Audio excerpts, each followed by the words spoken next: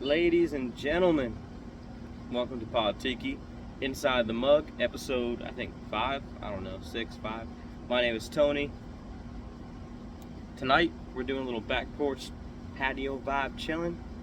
Got myself a Don Lino Maduro, a little bit of a Real McCoy 12-year, not that high ester, not that prohibition with the high ABV, just the regular 12-year.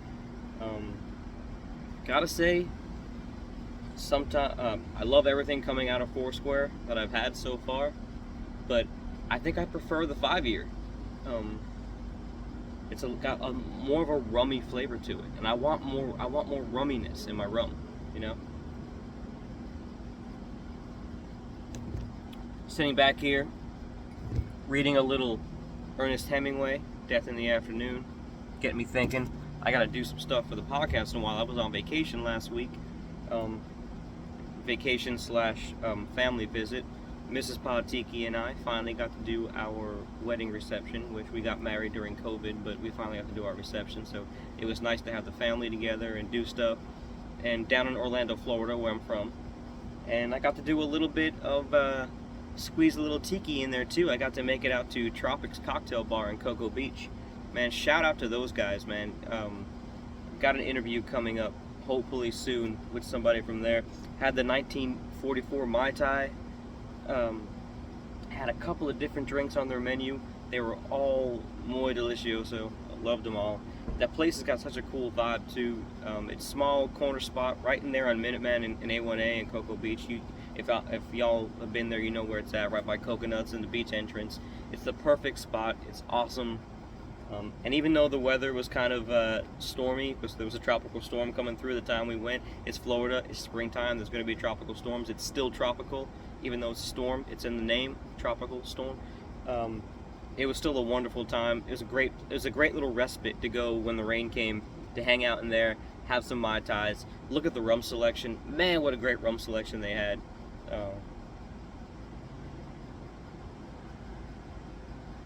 Usually, on these episodes of Inside the Mug, we talk about the last episode.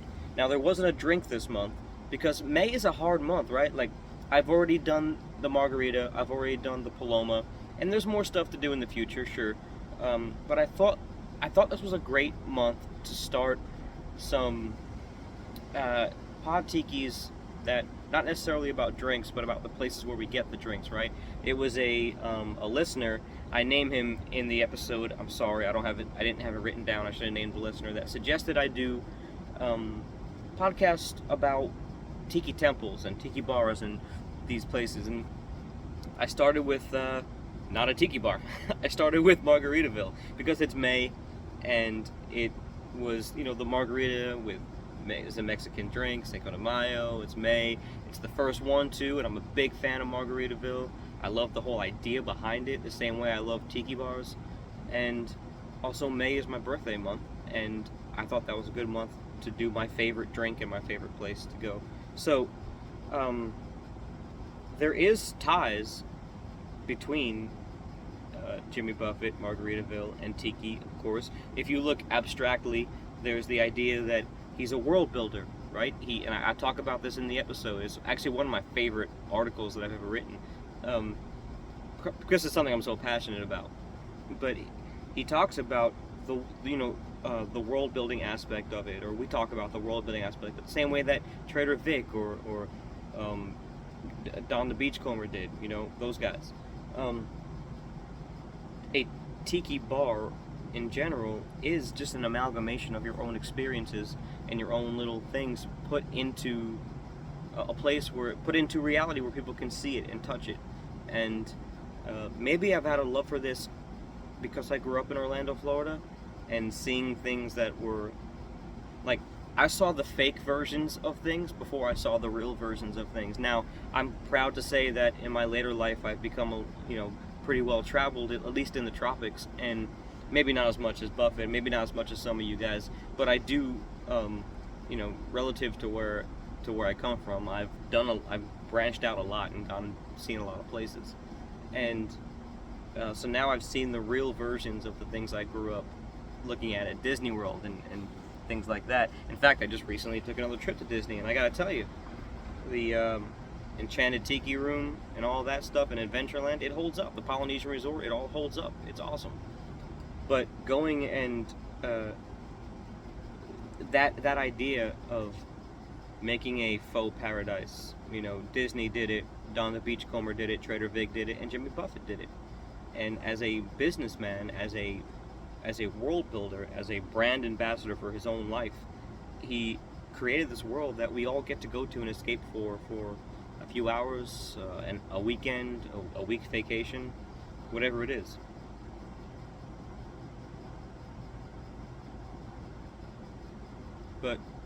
And Buffett in himself, in fact, this could be a whole nother article in itself, but Buffett himself did have a lot of ties to Polynesia and stuff. There was a period in his life when he kind of, he's known for being the prophet of the Caribbean, but there was a lot of times in his life where he went to the other side of the country, of the tropics, As a pilot, he flew down through South America and all that on the west, was that Tierra del Fuego and all that stuff. Down on he spent time, I think, was it somewhere in Polynesia. It was one of those, like Fiji or one of those Bora Bora, one of those islands out there.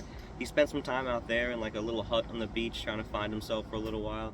He was friends with Martin Denny and had actually played concerts with him out in Maui.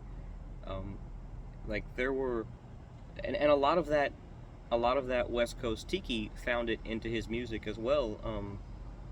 There's one song particularly I'm thinking of where he shouts out, San Francisco. What's that tiki bar that's in the hotel in San Francisco? I should have wrote this all down. I'm sorry. This is kind of a fly. I kind of did this on the whim. The Tonga Room. Anyway, I want to go. That one that's got the big boat floating in the middle of the restaurant, the dining room. But I was really glad to do this episode because it really is something that I'm passionate about. I love the escapist ideals, and I love this is a great place to escape to. I mean, I grew up going to the one in Orlando, which was amazing. I got to go to the original one in Key West, which was pretty damn cool. But then even from the travels, like one of my favorite ones is the one in Destin, because it's lodged in there next to like AJ's and all the stuff along the marina there in Destin. It's a 2-story, so you can sit on the top level. I remember going in there one night. I went down to Destin for a long weekend by myself one time, and just as one of my finding myself weekends, and I did a lot of reading, writing, and drinking, and I remember getting all slathering myself up with the Skin So Soft bug repellent, and the scent of that always has a memory tied to this for me. Going up to the Margaritaville in Destin, went downstairs first, watching all, watching the bay, watching the marina, all still and quiet. I had myself a last mango margarita, which we'll get to in a second. And then I went upstairs, and as the sun was going down, I remember ordering a couple of land sharks and sitting at the bar and talking to some people that were there on vacation and just kind of hanging out, and then walking out on the patio and sitting out there looking at the marina as the charter boats came in for the day, literally listening to the tide rig and sing, and looking at the masts all parked as they washed their boats off and took the tourists off and unloaded everything, and the dock hands did their thing, and it was amazing. It was just a really cool memory. And you can walk down along the pier, along the dock, and hang out at all the little local beer spots that the tourists and the captains go in and sit at when they come in for the day after fishing. It was amazing. And that brings us to, what about the drinks, right? Like, what do you get when you go to a Margaritaville? Well, my cigar went out. Unfortunately, like most places when they get kind of too big and commercial, the Margaritaville proprietary margarita mix has gotten kind of store-bought to me. And I love Margaritaville. I hope I don't ever blow a sponsorship with them. Like, they are my go-to spot. But when you go to Margaritaville, you gotta order the top shelf margarita, or the perfect margarita, the one that comes with like the Grand Marnier and the fresh lime juice. And you can ask for fresh lime juice instead of the mix. I've done that. I've gone to the Margaritavilles. In fact, the first time I realized this, I was out with some buddies partying in Pigeon Forge, Tennessee, and I didn't even realize there was a Margaritaville resort out there. We passed it on the way home, and I was like, dude, we gotta stop. So I made 2 carloads of people stop and spend the day at the Margaritaville resort. And I remember sitting in the lobby and telling the guy, look, can you just make me a regular margarita, just lime juice and triple sec and tequila? And it was amazing. Even with the Margaritaville tequila, which, you know, is not top shelf, but it's still pretty decent blended tequila, you know. But if I'm going to the Margaritaville, there is one margarita that is not on the menu anymore, I talk about in the episode, and that is the Last Mango in Paris margarita. And it's different than just a regular mango margarita. It is made with like a little bit of, I think, not grapefruit, what is it, cranberry. It's got a reddish hue to it. It's a mango flavored tequila with all the accoutrements. I don't usually go for flavored spirits, but this drink is so good. The way it's just so refreshing, it's so summery. It's got little chunks of mango floating in it that you get stuck in the bottom of your straw, then you suck it up and you get a mango shot to the back of the throat once in a while. But they're so awesome.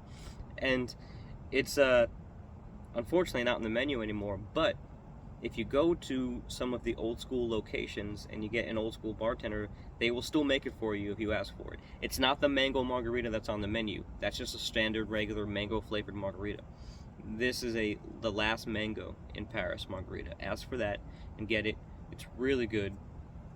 The idea for now, when I make mango margaritas at home, I just use slices of mango with a regular, 100% agave tequila, 2 ounces of that with a half ounce of triple sec, or 3/4 triple sec with an ounce of lime juice, and then I just muddle some mango in there. I got the idea from a buddy of mine who taught me told me how to make mango daiquiris. He's like, while you're making your regular daiquiri, you just throw a couple of slices of mango in there, and it turns into like this mango smoothie, which is amazing.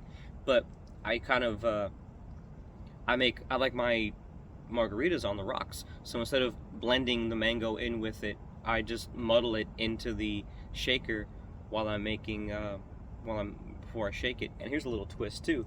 If you want to make this a little bit spicy, take a couple of slices, maybe 3 or 4 slices. I know that's not a couple. Take a few slices, 3 or 4 slices of jalapeno, leave the seeds in, shake it in your margarita with the mango slices, muddle the mango slices in the bottle of the margarita. Then put the jalapeno slices in there. Then add your 2 ounces of tequila, 3/4 ounce triple sec, and an ounce of lime juice. If you want to put a little agave in there, it's fine. I'm not an agave fan in margaritas. I like more tart than sweet. So, and also the mango is going to add sweetness. So I like to leave the agave out. But if you like it super sweet, put like a 1/4 ounce of agave in there. And then you shake it with the mango and the jalapeno and everything. Now you want to strain it because you don't want the jalapeno seeds getting into the drink. But when you strain it, you'll get this nice essence of spicy mango in there. It's so good. One of my best memories of Margaritaville is always going to sit with my dad on the porch of Indecision, which is the big back patio they have at the Orlando location. In fact, across the way they have a little tiki bar where his actual plane, the Hemisphere Dancer, is sitting out there. And we always would order this big plate of volcano nachos, and we can just sit on that thing forever, just eat off the nachos, drinking land sharks, drinking margaritas. I recall one time, I think we were coming back from Cuba. The wife and I had a stop in Fort Lauderdale, and we hit up the Margaritaville in the airport there. And after a week of eating like straight, clean, fresh, like fish and rice and beans, and like all good, clean food in Cuba, then we stop at the airport for a Margaritaville, and the first thing I get is the big volcano nachos. Let me tell you, it was very satisfying, but uh, just was it a big contrast to the delicious, clean food we've been eating in Cuba all week? And the food in Cuba was freaking amazing. It was delicious. It was outstanding, wonderful, and but just the whole idea of coming home off all this clean living and then sitting in, the first thing you do when you get to back on the States is get a big plate of nachos, which is funny in itself, right? We come, like Buffett would say, the cheeseburger in paradise. You come back to the States, you get a big old cheeseburger. Nachos, definitely an American thing, but funny that how it kind of transcended Mexican culture into. Anyway, so I'm rambling now, and we've hit our 15-minute mark. So just want to give you guys a little insight on the last episode and why it means so much to me. If you want to hear more about the episode, more about why it means so much to me, more about the history and the romance of escapism that is Margaritaville, go check out the episode. It's the last episode of Pod Tiki. You can find us on Spotify, iHeart, Google Podcasts, Apple Podcasts, Stitcher, and of course always at podtiki.com. You can go to the archive section and look up all the past episodes. You can go to our recipe index and look up all the recipes we talk about, the ones I talk about on the show, the actual episodes, and also I try to plug in the little recipes that I talk about here and there within these non-drink related episodes. So always follow us on social media, please. The YouTube channel is growing, and I want to do more of this stuff, and I want to go live, but I need more followers to go live. So please follow me on YouTube. That's Pod Tiki on YouTube. Also, the Instagram page is where you'll find me most of the time. All new information coming up, all like little pictures for the episodes, things about the happenings, the ins and outs, the goings-ons of Pod Tiki. I'm hoping to get some new stuff launching soon. I want to do more.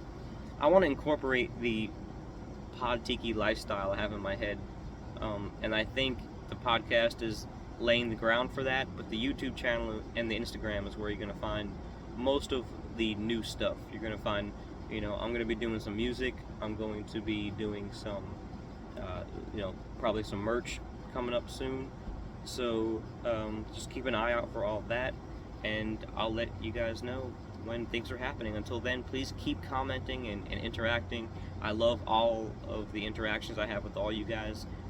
I try to answer or at least like or everything I come across. It does mean a lot to me. Until then, let's keep it tiki out there, and I'll see you guys on the morrow.